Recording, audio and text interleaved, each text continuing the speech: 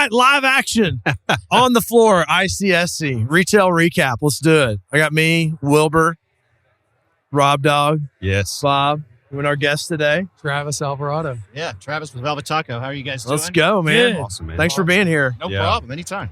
I had to twist Travis's arm to get him here with us, but Travis is an old friend. We've worked together in the past. Thought it'd be great. He's got a lot of experience, a lot of insight into what's going on in the market, what they're looking at from kind of a retailer restaurant perspective, and thought it'd be great to have him on. And he's a great storyteller, so not to put too much pressure on him, but he taught Time me to deliver, Travis. I can't tell most of those. He taught me about terminal velocity, and I was like, man, this guy went from the best, like smartest real estate guy I knew to all of a sudden I'm like, this guy just watches a bunch of movies and has great movie quotes. That's 100% all of my intellect, every part of it. It's all movie quotes and maybe some sports history in there. But yeah, we wanted to get Travis on. Maybe Travis, tell everybody a little bit about kind of your background, where you started, kind of. Yeah. Travis has touched a lot of parts of the industry, and then he can kind of tell us about Velvet Taco, what you guys are looking at, what you're seeing in the market, and kind of what things look like in the world right now. Yeah, awesome. So I started in the real estate industry right out of college. I went to TCU, graduated first year with their real estate with the finance emphasis program. They put me right into the system at Radio Shack with a bunch of other guys like Bob and Jason Keene and Waylon Longino, all these kind of this small fraternity of folks that were all funneled into Radio Shack. And from there, I went to Pier 1 Imports, and then Bob brought me over to Starbucks, trained me there, and I was there for Starbucks about 10 years. And then I went on the private equity side with a Planet Fitness franchise group that owned a chain of Planet Fitnesses, grew them from 16 to 120 units, and then we sold. I was a real estate developer for a few years. I was preferred developer for Starbucks, did about 10 or so of those ground up deals in tertiary markets, kind of put that program together. Good timing. I was good timing until it wasn't. Everything's okay until it's not always. But then, so once the Starbucks stuff kind of slowed down, cap rates went the wrong way, interest rates went the wrong way, costs went the wrong way.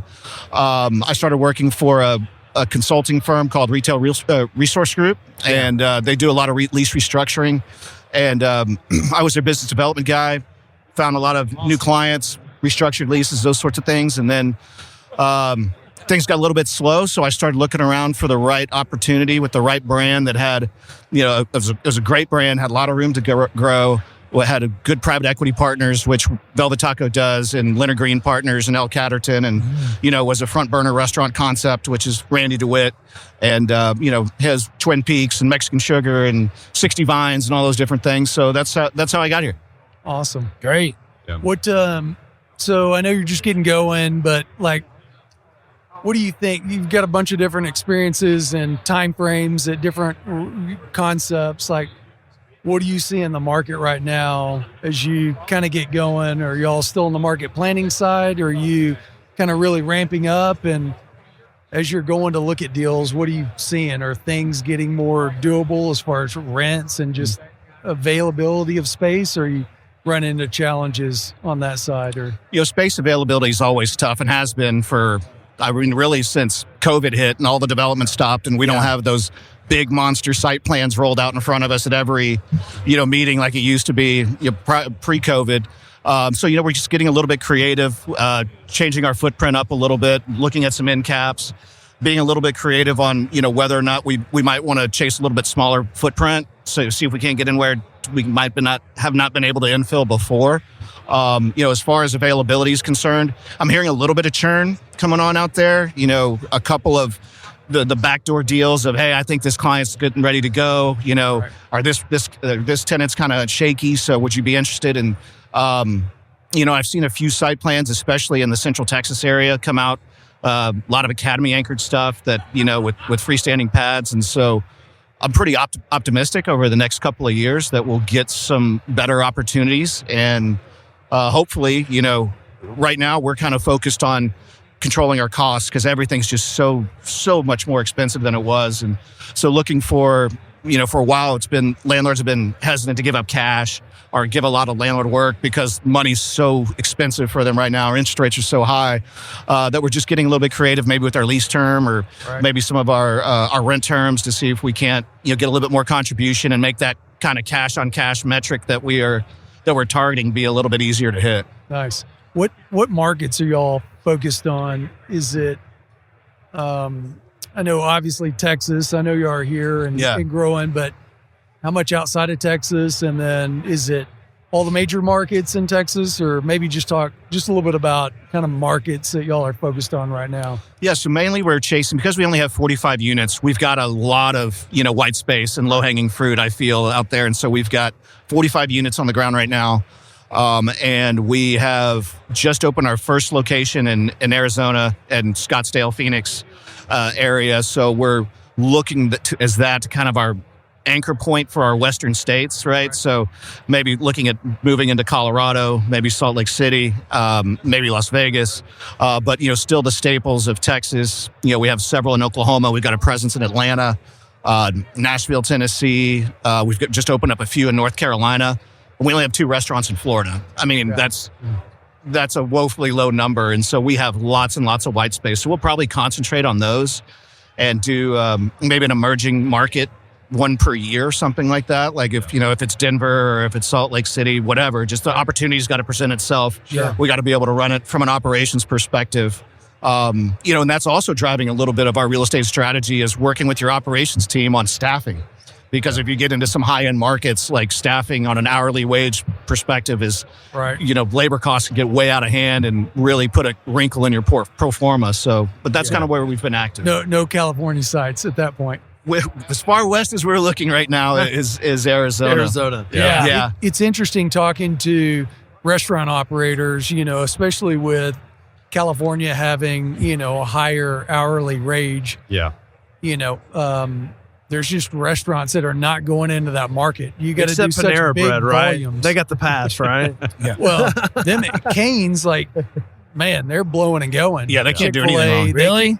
They're crushing it. But in California, they're killing it. It's interesting. You go look at some of the numbers those guys are doing out there, and the numbers are astronomical. They're like sit-down restaurant numbers, and you talk to them, and they're like, hey, we've got multiple deliveries a day to keep up with the volume that they're doing out of those sites. And so there's concepts that are doing really well, but I think that's the key. You can't have a low volume concept out there with just the wages that they've got to pay, because the minimum wage out there is so high. And you'll have maybe some lower tier QSR restaurants that they're either pulling out or shutting down, which may be some of the backfill spaces that Travis is talking about, because that labor model doesn't work. So that's interesting. So you mentioned like construction pricing earlier and things like that. I mean, like in the last 10 days, a lot of our construction labor force has been sit south. Yeah. I mean, like, no, I mean, it's a real thing, right? Like, I mean, you're going to see that. And then like, is that going to cause delays on construction? Yeah. So has anyone like really thought about that yet? Like, well, and then you talk about the tariffs from Canada, potentially. Well, 70% of our lumber comes from Canada. Yeah. And the So how tariffs does that on affect China. costs? And, Right. yeah. So, And the metals, the rare metals they have, and Totally. the on into air conditioning and all those different things. Yeah, it's going to be interesting. See what a happens. lot of it's just negotiation tactic. yeah, I think that's right. And I know some of it is, but Yeah. we can't afford for things to keep going up. I know they're trying to do things to get it down, but if it goes the other way, it's going to be difficult. So, Travis, you're covering the entire country, right? Let's call it the Sun Belt states, but essentially, right? And what do you see? A lot of this is based on Texas and Dallas in particular. Mm-hmm. What separates Dallas from the other markets, whether it's accelerated growth, whether it's anchor activity, grocer activity? Yeah. Like, what do you see here that you're not seeing in other parts of the country? We have a lot of existing retail development in Dallas and Houston and Austin. And the thing I love is we have so much geography that we have different nodes of CBDs, right? So you have like a Galleria trade area in Houston. You'll have, city center, and you'll have the energy district. So it helps us spread out our footprint a little bit better and be a little bit more mindful about how we market. Whereas like you go to like an Austin, right, where it's super linear and everything, there's not a lot of east-west. And so getting your spacing mix a little bit more challenging. But as far as like, I just went to Chicago and we found a lot of new pipeline down there, but it's so different than what we have in Texas. It's, urban core, like with buildings that have been there forever that are made of God knows what, that still don't have sprinklers in them, and they're really union labor and all of those different things that layer onto those costs we keep talking about that are expensive. But I think the biggest improvement that I've seen since COVID has been in the supply chain, right? Like you can get a hold of HVACs. Sure, they might be more expensive, but they're not delaying projects as much as they had in the past. But that's kind of nationwide, not just specific to Texas or Illinois. But when we were in Chicago, we had, it was interesting to see how many like Kava's done a great job of rolling out, like just how quickly they've grown, and they've been able to find space through that, being a little bit creative. Is it end cap? Is it drive through? And so I've been pretty impressed with what they've been able to do across the country in every market we're not even in yet. So sounds like you're doing this, and you touched on it with like Kava, and I think that's helped a lot of these concepts where they can, there's so many that have a prototype and they got to stick to it. And if they can't build their prototype, they don't do it. Mm-hmm. Sounds like Velvet Taco's being flexible in that Absolutely. You can do freestanding, you can do end cap, you can do urban, you can do a suburban location so long as it makes sense. And so you can adjust kind of footprint or type of real estate for that trade area or use. Well, it's one of the beauties of having a company that's pretty small and still nimble, and from a operations perspective, it's not like we haven't found who we are or anything like that, but we can still play with it, right? It's not this, kind of cookie cutter stamp out product that you get from some of the major QSRs, which allows us to go into those different trade areas, go into those urban areas, go into those, light urban, suburban type trade areas, and be able to flex from 1,000 to 4,000 square feet if we need to, and still have a hip, cool brand serving the same product, hopefully out of each of those different footprints. So love the fact that we can be nimble. And so I'm just making sure that I'm getting the word out there appropriately to the landlords and almost like selling our product to them and teaching about who we are so that we can, get a whole bunch more information. They know more about us. And, we just started our first kind of regional marketing campaign ever. Yeah. So we've never advertised really outside of social media or word of mouth. And so we'll see how that takes. And, to your point, we don't necessarily have a freestanding prototype, which I know for developers can be somewhat frustrating, but at the same time, do what you want, and we'll work with it. And so I think it makes it a little bit more attractive. That sounds like so much fun to sell. Instead of like, hey, here's this metal ship box. Would you like this? What we do most days is like, we're going to do all these crazy things in here. I get excited hearing about stories. Here's a rollout strategy. Yeah. We need to be in Denver, Salt Lake City, Reno, and just you go out there and you champion that message. This is what we're about.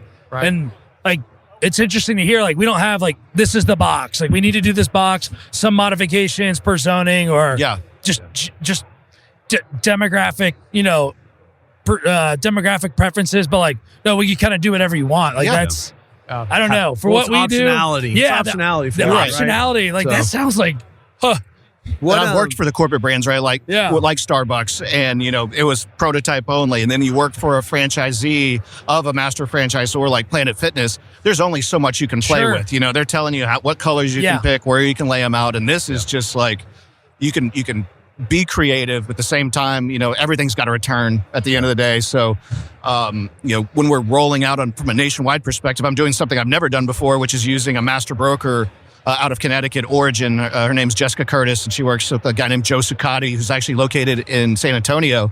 And all of the sites that we get submitted would just run together. They've been really, really instrumental. And it was something that I never had to be a part of because I was in Texas mostly, you know? But for an emerging brand, I think it makes some sense, when you're looking at that many states at once. Yeah. How has the brand been received outside of Texas? It's been great. We tend to start off really, really hot, right? But we don't have a ton of frequency from a monthly visit perspective, and in terms of the brand categories that we're in, those fast casuals, our repeatability has been fantastic. So we've been looking for some different menu offerings that we'll be rolling out here in Dallas in a beta test here pretty soon that will kind of increase that frequency. And then coupled with a traditional marketing strategy. It's all digital. We're not like doing radio spots or anything like that. Yeah. We'll see if we can't, add some points to the top line and see what happens. Yeah. It's interesting when you see, you think about a Texas brand expanding to markets where, Florida, people have never heard of this before. Now, I think tacos are kind of universally received, right? Everybody, it's like a hamburger, everybody loves that. Yeah. But that's a unique challenge when you're going into these towns and it's, what is this? Who is this? And, you get that initial curiosity, to your point. It comes out of the gates doing strong.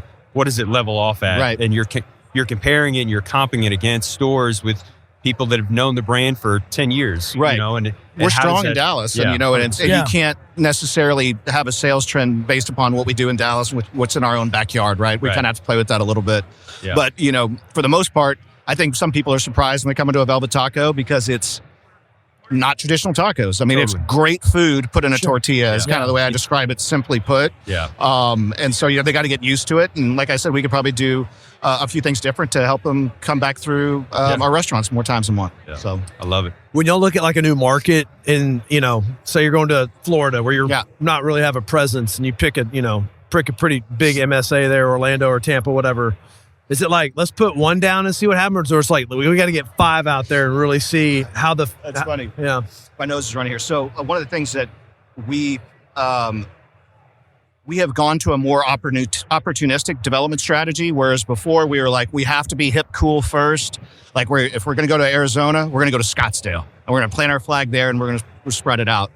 That has led to stiff arming some A+ trade areas we might not have had to. And so I've positioned us to be a little bit more opportunistic. And if we're going to be out in the A+ trade area and let's say it's suburban or light urban, and that happens to be our first entry to market, we of course would have to have the board's approval for that. But at the same time, if it's going to make money, right, and make our hurdle rates, why wouldn't you do that as a business owner myself? Like, you want to put your money where it makes money. And so that's been kind of my mantra to the board and the exec team of, let's be much more opportunistic. When we find the right site, we don't have to necessarily do this sequence development so that we're not missing on opportunities. And, there's a lot of trade areas I've been to where our brokers have been like, we had this corner, or we could have had that corner, we could have had this corner.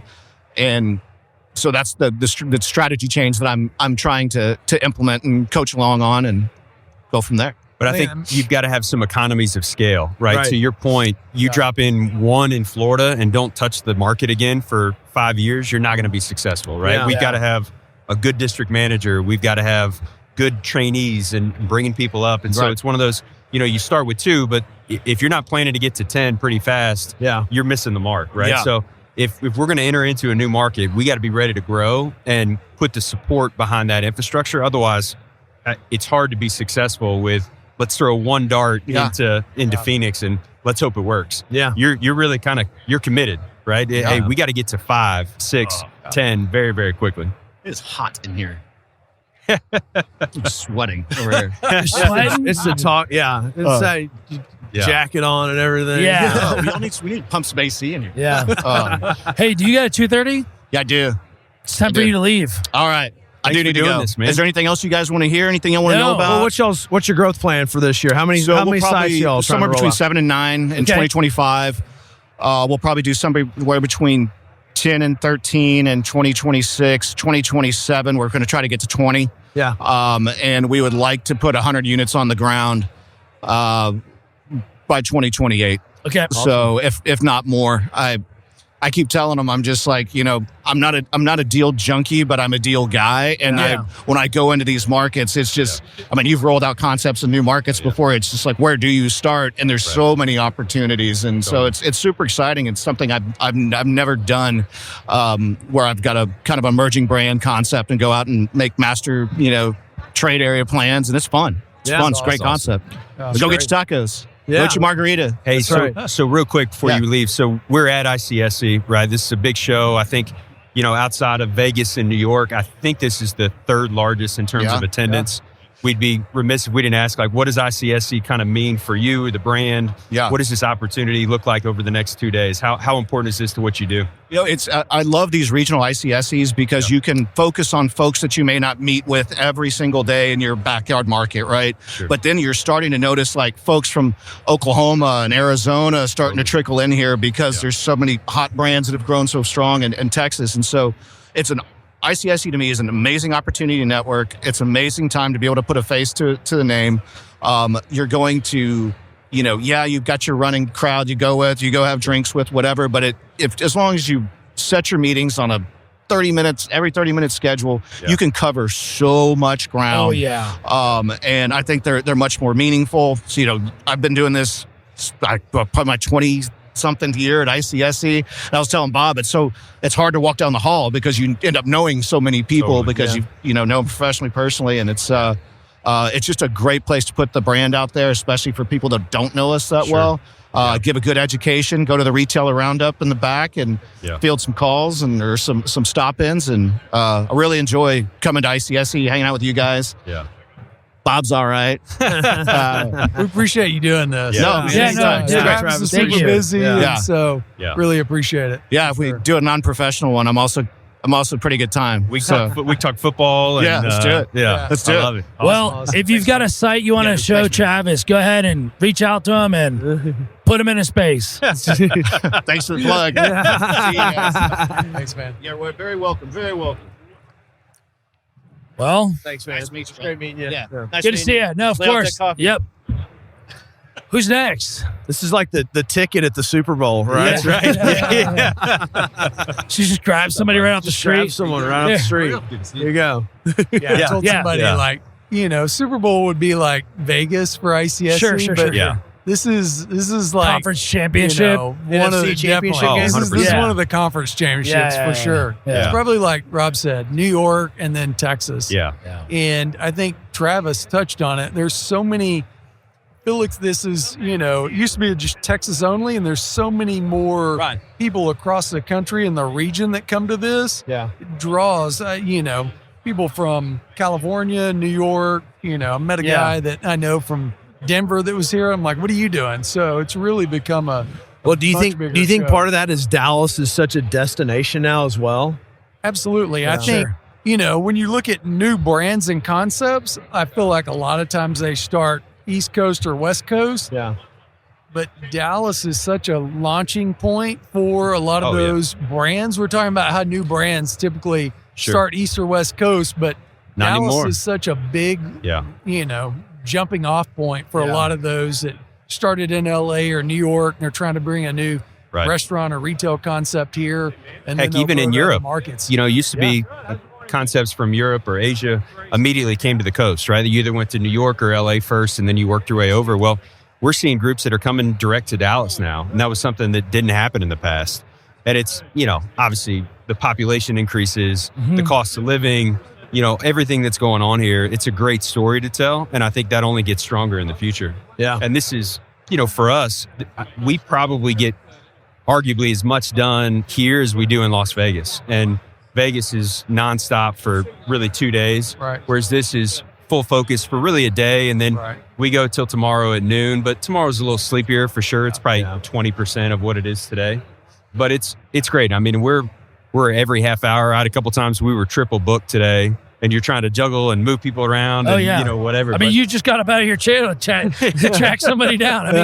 I'm actually trying to keep my eyes down because if I look up, I'm you'll see toast. someone No. I've been eye locking with like 6 or 7 people that walk by like, what are you doing right now? I'm like, so it's on air. Well, so like last year was our first ICSC show. We had no agenda. We were just like, let's just go see this. Yeah. And this year, we've had meetings like, pretty consistently throughout it. And, but even last year we were walking around and we were bumping into people. The day was full because there's so many people here. Well, what's funny is we bumped into people today and they're like, well, what are you doing here? I'm like, well, what are you doing here? Like, neither one of us belong here, right? Taylor Meacham from you're a closet retail guy. You are a closet I just like to watch from afar. I'm like, here, go do it. Got it, man. The Stanridge guys, I saw them last night. They're like, you are to retail like we are to industrial. You kind of dabble in it here and there. You come out, but that's a good deal. You grab it, and then you go back out. I'm like, yeah, that's a good way. Closet retail guys. So it's efficient. That's for sure. Well, that's our attraction to the fishing of it. And we've had this internal talking about like they're Class B industrial or our home base is becoming efficient. Right. Well, once it becomes efficient, like sucks all our the fun business plan's going to totally change. Right. So for us, this is like doing what we do on the credit and fund side now. It's like, I think we got scalability. I mean, the scalability and the efficiency of this is, it's crazy to me. Like it's like when I try to explain this to our investors, I'm like, you should see that. Like we were redoing our deck the other day, and I said, get the ICSC floor plan. I just want to show it to somebody and be like, this is what I'm talking about. Yeah. What's cool too is like, we saw like 8 dudes at a table. They were totally making a deal. Oh yeah. There's a bigger table than this. All these guys, the gray hairs, the young men, everybody in between, and they were hammering out something. Oh yeah. And it was the whole group is there. Yeah. I mean, I saw you with Tracy from Holt Lunsford. Yeah.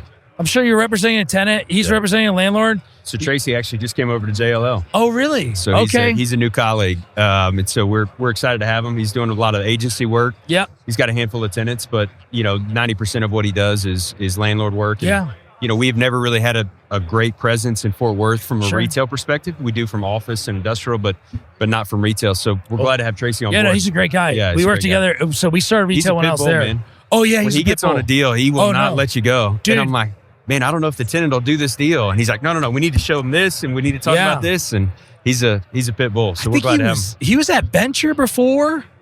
I forget, but wherever he kind of came from to us was one of those groups that's like your pit bull mentality. Totally. And he is a total pit. He started in a restaurant.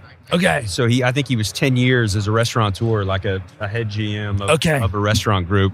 And I think that is probably part of it. Is managing a team like that and daily operations and everything else. You got to be on top of it, or it's all going to fall apart. And I think it was a very high end restaurant. So trying to keep that going, that probably lends itself well to what we do. Herding cats. It's kind of like you though. When you were running Mercer Metals and you were able to go out and talk to tenants and landlords, but hey, I run one of these types of businesses that occupies the space, or I'm going to move you. I know how this works. Yeah. Let me help you. Like that helps. What a skill set for him to have. 100%. For sure. Yeah. I think you guys touched on it. Like this thing's so efficient, and then kind of the other thing you're touching on is like, to your point, if you can go talk to different people, whether it's a tenant, a developer, or broker, whatever. And like Travis has a good background where he'd like been tenant side, he'd been on the development side. He's back, he's been with private equity. He's back with a tenant. You can just talk deals and what the other side has been through, which I think what makes him a good deal guy. Like just you want to get deals done. And that's what's so great about this conference. So it's like speed meetings. You can have 10 meetings in 6, 7, 8 hours and just hammer stuff out. You've got tenants, you got brokers, you got developers, you got money guys. Like it's very efficient for meeting all the different touches that you need to make. Well, what's cool about it too is like with technology, so much relationship stuff has gotten lost. 100%. Like, you don't deliver leases and checks anymore. Right. Like that didn't happen. Yeah. You DocuSign and send a portal invite to pay your rent. Like that's what it is. Yeah. But like here, you still have the ability to kind of resuscitate that and that, totally. Well, and there's so much to be said about deal making face to face, right? Yeah. Sure. Like when you're looking the other person in the eyes, like you understand if you've pushed it as far as you can, or if they're about done and they're ready to walk away. It's one thing when that's over email or on a Zoom call or a phone call, but when you're face to face in the box over here and you're, it goes back to, hey, deadline spur action, right? So we've got a deal we've been working on. We've been talking about it for a while. My tenant, we've got a meeting set up at 3:30 today after we wrap up. I got the LOI from the tenant last night. It's like, perfect, right? Something we've been working on for weeks. She knew the meeting was coming. Let's get paper in their hand. All right, we did that. We delivered it last night. We'll talk about it at 3:30. And not that we will solve the deal today, but we're going to make way more traction in the next 24-hour time period than we would have over, 2 months of trading things back and forth and having, theory conversations. This is real. It's on paper. Can we make this deal work or not? Yeah. That's probably my favorite thing about these is the face-to-face. Getting in front of people, it makes such a big difference. And I think that's getting lost a little bit or got lost a little bit after COVID. And then people are just like, hey, let's do a Zoom. Let's just email back and forth. It's like you can compress that timeline if you just sit down and do this. Yeah. And like, let's hammer this out. Like that should be everybody's goal. And that's what I love about this conference is that you can do that. This feels like a commercial for ICSC. Well, I mean, it's what got everybody here. Should get them and Chipotle to pay us. Sponsor us. Yeah. Well, I don't know how big the camera views are, but just people literally also. It's at the table next to us. They got computers open and they're hammering something out right now. Yeah. I don't know what it is, but it's something that's going to make somebody money at that table. It's a Tom Thumb deal. Yeah. Well, what I realized too about this was like both of y'all's backgrounds, right? Yeah. Rob's on the front end over here, working a deal, trying to put a tenant in with the developer. And that tenant can get the information from Bob on what his credit's going to sell for in this kind of development. Yeah. And he knows that he's got to work with that developer and sign that lease at this rate to make all the math work. Yeah. 100%. I introduced you guys earlier, and we were trying to do a T-Mobile build-to-suit, and the guy's like, this thing's going to trade over a 7. I can't make the economics work. Even if we come to a rent number, I'm going to have a hard time selling it because somebody's not going to want to buy that elevated rent. And so immediately I come in and grab our capital markets team and I'm like, hey, what are T-Mobile's trading at? And she's like, yeah, it's over a 7. I was like, yeah, we're probably not going to make this deal. but I would rather find that out sooner than later, right? Sure. We don't need to waste anybody's time. Like, dude, 25 minutes probably front to start for you to find that information 100%. out. And like in our side of the business, sometimes it's fairly arbitrary. It's just like, okay, I think it's like here, that's the great thing about what we like about this side. I can call you. The difference in learning is just more or less how fast you respond. Right. That's it. Like, and you've got all the data. Yeah. When y'all touched on it earlier about how efficient this is, I think to your point on the industrial side, there's still some room there where you can where you create value. And I think on the retail side, that gap has really gotten minimized because just the speed and efficiency of that information getting out. Tenants are way just more knowledgeable about, what's interesting is they like to lean into the comps that really help them out. Sure. And then, hey, don't we all? Yeah. We do too. What do you mean our average cap rate is 6.25? What about this 5.5 cap over here? It's like those on Rodeo Drive, dog. You want to point to the ones that help you, but at the end of the day, the market's efficient. The information gets out very efficiently to kind of all the parties. Totally. And there's good and bad to that, but it's but it helps manage your clients' expectations on what rent's going to be because this is where your credit's at. That's right. And, so I don't know. I think that's what's cool about it because the information's there, it's compressed, but also you're rolling out 40 sites. So we got volume here to work with. Yeah. You know what It's I mean? more of a volume game there. Yeah. You're not, you're not hitting a home run on every deal. It's singles and doubles and let's do some volume. And everybody kind of wins. It's like, hey, we'll get you the best rent we can. Right. We're going to go trade it at the best cap rate we can. And I think when it's structured like that and the developers and the brokers, the tenants are all trying to work collectively together and where they all hopefully kind of win, and that's where it really becomes efficient. Yeah. And they can really roll out. And they've got to do that. Everybody's got to work together. If you're going to go do what Travis is talking about and roll out 100 units over the next few years, you've got to work in that manner. Otherwise, it's not going to be successful. Hey, sidebar. I've seen like 4 people with Canes jerseys, 4 different people just wearing Canes. It's like they have a pretty big push here today. Well, they moved their headquarters here to Plano, right? Okay. There's one of the Canes guys right there. Yeah, that's what I mean. It's like literally the 3rd or 4th guy I've seen walk by with the Canes gear on. Speaking of which, I talked to one of the head guys on the real estate with Canes. I tried to get him on with us today. He's not even going to be here. He was coming over maybe later tonight or something, but he said, hit him up. He'll come on in the studio, and we'll get him in. Cool. Yeah, that'd be great. Awesome. Yeah. And great insight. Another guy that I worked with in the past, like Travis. Yeah. And a lot of McDonald's thrown around too, which gets me super jazzed. 'Cause I'm a big McDonald's guy, you know, but Ocho Cinco over here. No, I was talking to Will Tolliver outside. He said, the McDonald's in rural areas actually sometimes crush better than infill. Yeah. Because if it's kind of like the Tractor Supply thought. If you're the only game in town, 100%. well, like your sales numbers, maybe they're averaging 5 million per site. Like there, it's like 6.5 or 7. He's like, they crush. And so he was telling me, he was talking to some of the McDonald's guys. They're talking about putting McDonald's in towns he's like, I've never even heard of in Texas. And he's like, I'm born and bred and lived my whole life here. Yeah. Candidly, we've seen that with a lot of brands, right? We talk about Starbucks on a regular basis, and they're going into markets they never would have considered before, and it's dual purpose. One, you have to keep growing, right? Like, if you want your stock to continue to climb, you got to show growth. Well, you're running out of opportunity. We're either going to cannibalize our existing fleet because we're going to go too close, or we need to go look at some emerging markets. And they're going into towns, and it was a test probably, 4 years ago. Right. They went into a couple of these smaller towns, and same point, they crushed it. People were driving 30 minutes, 45 minutes to go to Starbucks. Because it used to be they only got it when they went to the big city, right?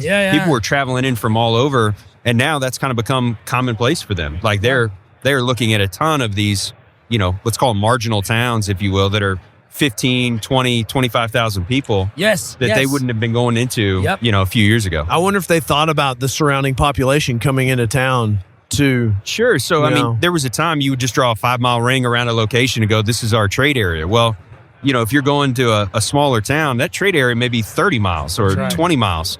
And so I think it's, obviously that depends on where you are of how big that draw is going to be. But you're going into those small towns going, all right, this is 15,000, but really in 20 miles, we get up to, 22, 25. It starts to make more sense. Yeah. And it's like an adventure when you go to that store. You're taking the kids and they're getting something. And maybe it's not your daily stop, stop, but it's an experience. Like, hey, we're going to town and we're going to go to Starbucks. All right, jump in the car. Let's go. I still think it's a great brand. And 100%. I think their biggest challenge right now is they've got more competition in that space with Dutch Bros and Seven Brew and a lot of these other coffee concepts where they're feeling some pressure on, I think I was just reading their comp store sales. They're still down. Yeah. They're still trying to get things turned around and figure out how do they tweak the menu. But great brand. I think they'll figure it out. But it's interesting. Like my girls love Starbucks. Like they would go every day before school if you let them. And then they would go after school if you let them. Yeah. And if you think back, just not that long ago, if I told you your kids are going to love going to Starbucks coffee, you'd be like, they're not going to like coffee. Well, now they have so many different offerings on the food side and the drink side that are non-coffee based. It's been interesting to see the evolution of what a coffee shop really has become. And it's everything from dad wanting a black coffee, mom wants a latte, and the kids want a strawberry refresher with 2 cake pops and a breakfast sandwich. My 3-year-old loves them cake pops. It loves the cake pops. We've got one right on the corner, Ferndale on Northwest Highway. Yeah. And we have to go to Northwest Highway. A cake pop, Mom? Cake pop? And you're like, dude, stop. Like, go. Yeah. It's weird. You got to bribe him with that. Oh, look at this guy. We live? You're in. We are live. You want to sit down? Sit down, Matt. Let's go. Come on, sir. Come on, Devin. We know you're crawling. What's the dollar requirement to be sitting at a table with Rob Franks at ICSC? It's $3,000. I mean, we have a full evolution of deal cycle here. All we need is a few consultants, and we're good to go. Yes. I love it, man. So we were just talking. Go ahead. Yeah, welcome, Matt Peterson. Yeah, you're on. Devin. That's your I don't camera. have I'm giving this about 30 more seconds. No, you're in, dude. You're not leaving now. You're in. You're locked in. You are live. You got to do a little intro too. Like, come on. Tell us who about are yourself. you? What do you do? I'm not doing all that. I got to go eat. Maybe later. No, sit down. You're in. It's too late now. You're already on camera. We just closed. So You're in. action, baby. Do you want to do it or do you want me to do it? Do what? Do Your intro. Yeah, I want you to try and do my intro. Give him a proper So takeoff. Matt Peterson runs Estacado Interest. They're a preferred developer for Murphy's Express and a couple of other tenants across the country. I actually used to do Matt's insurance and Devin's insurance when I was at Holt Lunsford, and now he's a customer of ours on our credit platform. We've done how many deals together? 3, 4? We're on our fourth right Fourth? now. Yeah, I kicked off your pref equity program, You did? actually. Yeah. But You were the first. You can I say was the that. first. You're Oh, the first. I popped the cherry. Come on. Yeah. I love I it. You know, took the yeah, chance, guinea and so did we. Yes. I paid off the first. It's we'll our see about the podcast. second. Yeah. No, Well, we appreciate Let's it. not forget bar owner. Yes, owner. bar owner. He is a How's bar Lonnie's owner. doing? Crushing it. Yeah. I bet. Since Labor Day, I think we've done $1.2 million in sales. Wow. Month of October, I finished about 7th in Dallas County, just shy Wait, of where is this? What is 400,000. it? Henderson at 75. Okay. It's Dallas's premier outdoor They took yard it- bar. They took an old house, renovated it. It's super cool, beautiful outdoor area. You guys did a great job. It's Yeah. fantastic. Yeah. Man, I wish I could have invested in that. Yeah. I think your exact words were, I don't do bars. So. We don't I got do bars. I got that offering, You- and I was like, I'm too old to own anything. A bar on Henderson. This is not good for my family equation. I'm out. But No. it's beautiful. No, Yeah, you did a really good job with it. So. You can tell it's going well because the Instagram videos and stories, everybody's always there. It always looks packed. Yeah. So good for you. well, they Who would never put a manages video your- up of it empty. Sure. But Yeah. So we have a operating partner. Nice. He actually runs our franchise business. We're Take 5 Oil Change franchisees for the state of Montana as well. And our GM actually quit the week before opening. So we moved him back, and he helped get it off the ground. And he's going back to Montana in 3 months or so to open up our next 2 stores. Awesome, man. good. He's like, I will definitely come the month He's paid through handsomely. March or April, and then I'll go back to Well, Montana. Devin and I learned a recurring theme in the last year, which is our employees get to take home more money than we do. But maybe it'll pay off in a few But years. one day, Yeah, one one day there's day. a pot of gold at the end of the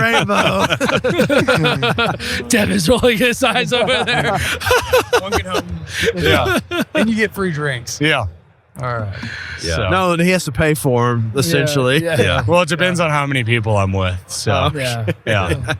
You got anything fun you're working on? Sorry to interrupt you, Rob. No, you good.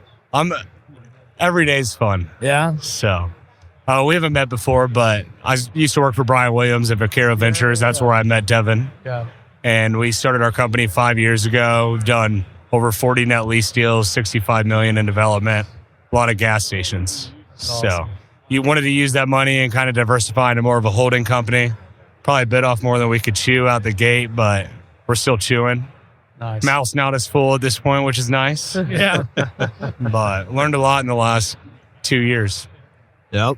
I saw an interview with JD Vance, and it was like, how do you eat an elephant, right? One bite at a time. Yeah. Yeah. You know, there's so Yeah. much truth to that, right? And everything we do, it's like at some point you just have to get started, and you just got to keep going. And it's amazing. You look back 2 years later, 5 years later, and what you've accumulated over that time, man, it's super impressive. So great job.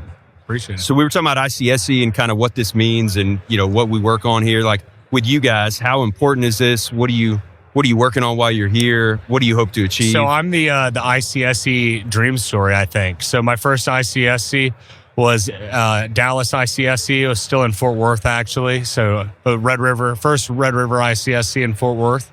It was I think the last time it was there. And I set 16 meetings. I think the goal is you set a meeting every 40 minutes. So you want to get 16 in a day. And the hope is to have 2 successful meetings. So you set meetings with investment sales brokers, retail brokers, real estate managers. 14 of the 16 are probably a waste of time, but hopefully you have 2 good ones. And my first ICSC, I grabbed a tiger by the tail, I've heard, and kind of wrestled him down. So 6 months later, I ended up leaving Vaquero and started a company with Devin. And within 15 months of that, we had done our first deal. what was the tiger? We're not sharing that? Yeah, this is a Okay. All right. We're in the public there's domain. not enough here. tigers. Like, We're in the enough tigers. There's not left. enough public domain here. Yeah. Rob. I mean, that is a population that is going extinct right there. Good point. There's Yeah. fewer and fewer good But of brands. our 45 deals, over a third of them have been with one tenant. Yeah. It's not hard to figure it out. Nice. I'm not going to put it on the most popular retail podcast on the internet, though. It's true. I love that. Don't link me. Yeah. We're almost as good as this as you are at Lonnie's. So Yeah. So how But many deals have you done with these guys now? 3 or 4. Yeah. Okay, nice. So I think Will called me one day and said, hey, we want to start doing deals like this. How do we make it happen? So I told him some different structures we'd worked with. We would primarily only work with private debt or intermediary debt, I guess. Do a lot of pref equity structures. Yeah. So our first 3 deals were with one full stack lender, and then we did 15 or 20 million with a second full stack lender, and then we started getting with pref equity groups, and banks started giving us senior loans and stuff like that. It's awesome. Yeah.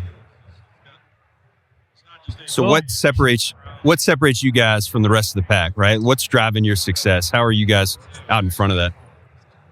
I don't think. Just keeping him on. Keeping him on. Come on. He's trying to get out of that chair there. Come over here as long as you can. I don't. Oh yeah, when he started talking, I was thinking, geez Louise.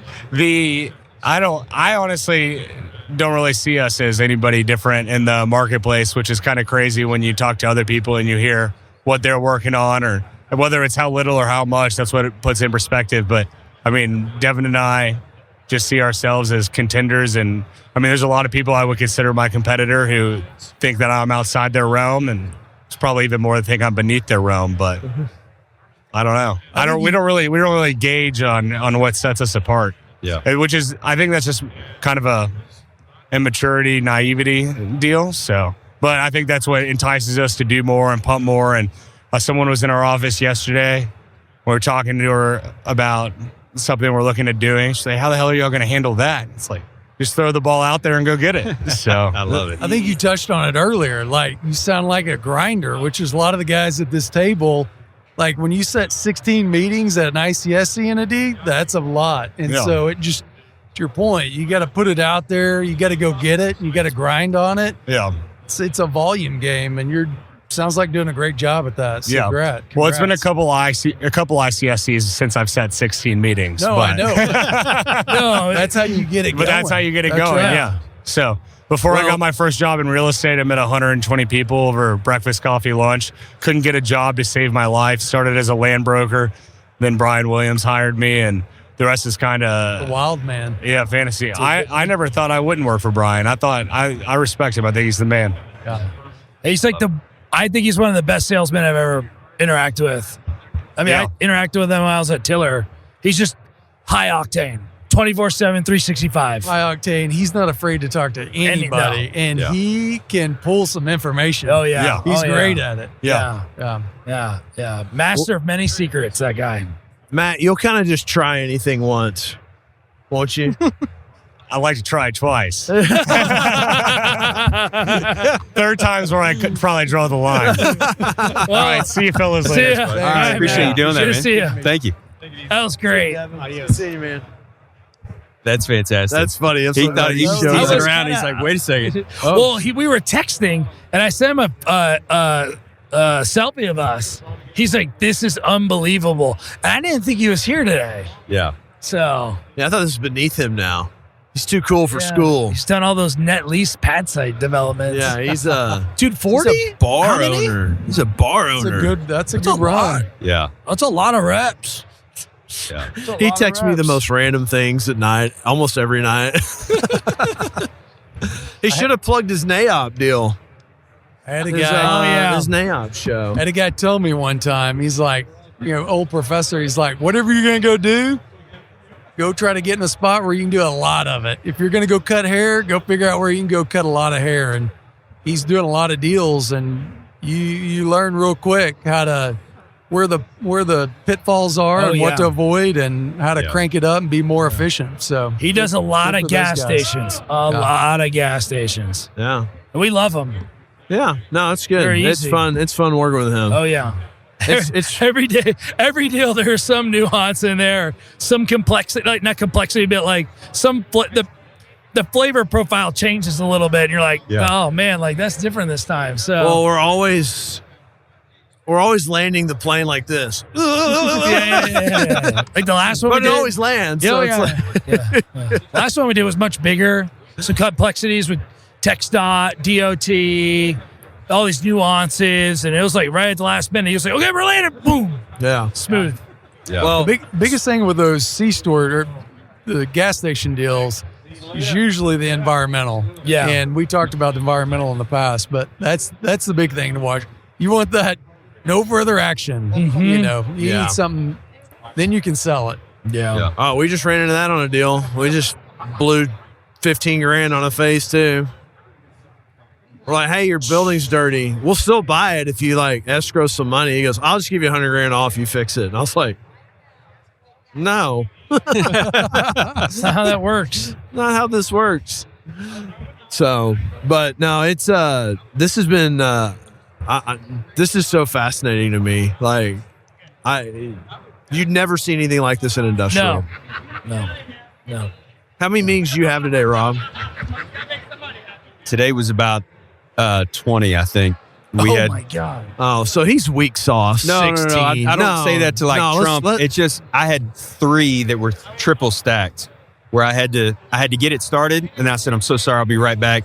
And then I went to another one and got that going, and then I was like, all right, hang on one second, and then I'd have, hey, we only have 15 minutes because I got a Matt, I hope 115. you listen to this. And Man, Matt's gonna be like, damn it, Rob Franks. It was today started at my first meeting was at 8, and then we go until 5:30 today, and it's nonstop. In fact, it was hard to break out this time. Sure. I was like, no, like I'm committed. We're not doing it. Like we're gonna make sure that's blocked because I think what's great about this, to the point we were talking about earlier, is that I probably had only 8 meetings scheduled, but I bet I've had at least that many impromptu meetings because of walking through and bumping into guys you haven't seen in a while. That's what happened to you and me. That's right. You're like, Will, I'm like, I'm starving. Where's the food?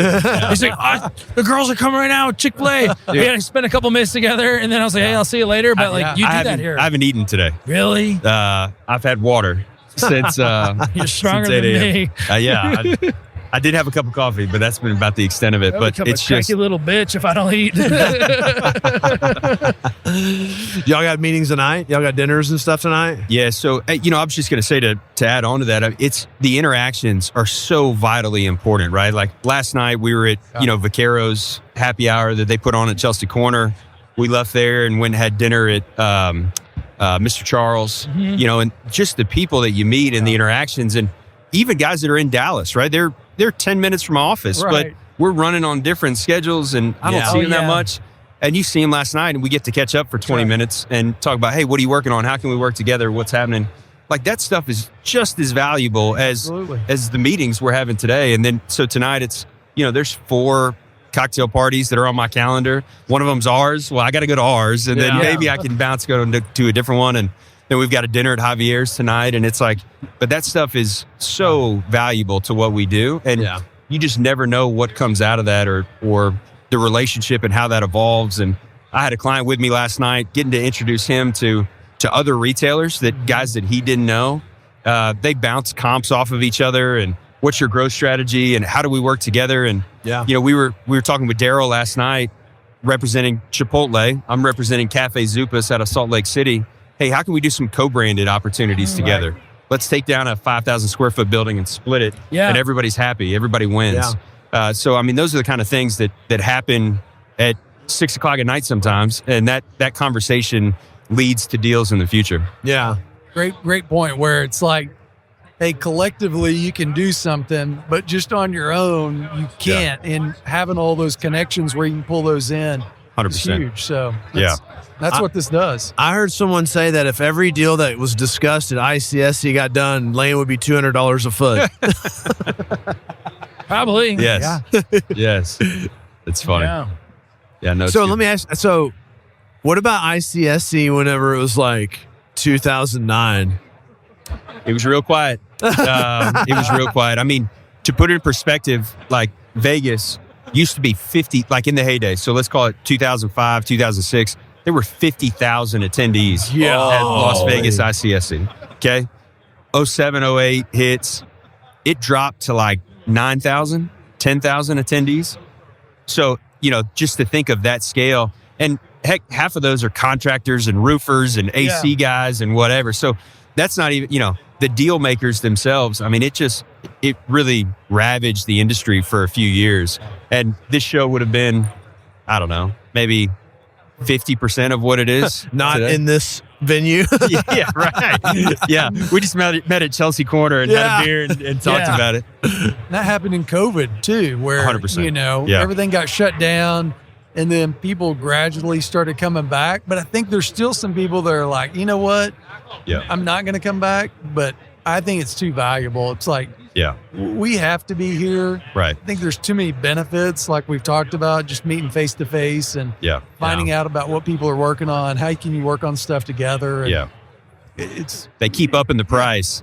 Eventually, there becomes a tipping point where people are like, I'll just go to the happy hour and I'll kind of hang out outside and mill around the staircase and see who I see. You know, and I don't know what that tipping point is, but at some point, there does become a number that a lot of people are, if you're younger in the business and you're having to fund your own ticket, it's $1,000 for essentially one day. You're like, I don't know about this. That can be tough. So there will become a point in time where if they keep going up on pricing, that folks are just like, like you guys are like, it was good, but maybe we'll go every other year. Yeah. Sure. Or maybe we'll just go to the events that night. We'll put on the happy hour, the beginning evening, and then, we'll just kind of bounce around from there. So I think there's definitely a balance there at some point. Yeah. Do we have anybody else coming on? Not that I'm aware of. So we had Zach coming on from T-Mobile. He popped positive with the flu. Dude, a lot of people getting the flu right now. He's at 100-degree fever when I talked to him last. Yeah, brutal. We had a guy that had same thing. So so it's I think that's it. Nice. That's a wrap. Yeah, you want to wrap it on that? All right. Well, awesome, man. That was fun. It was fun. Yeah. I think you even give me a little time back on my calendar. I got to go see if I can set it up. Go make us some money. Yeah, you got it. Well, thanks, everybody. Yeah. Appreciate it. That was fun. Thanks, boys.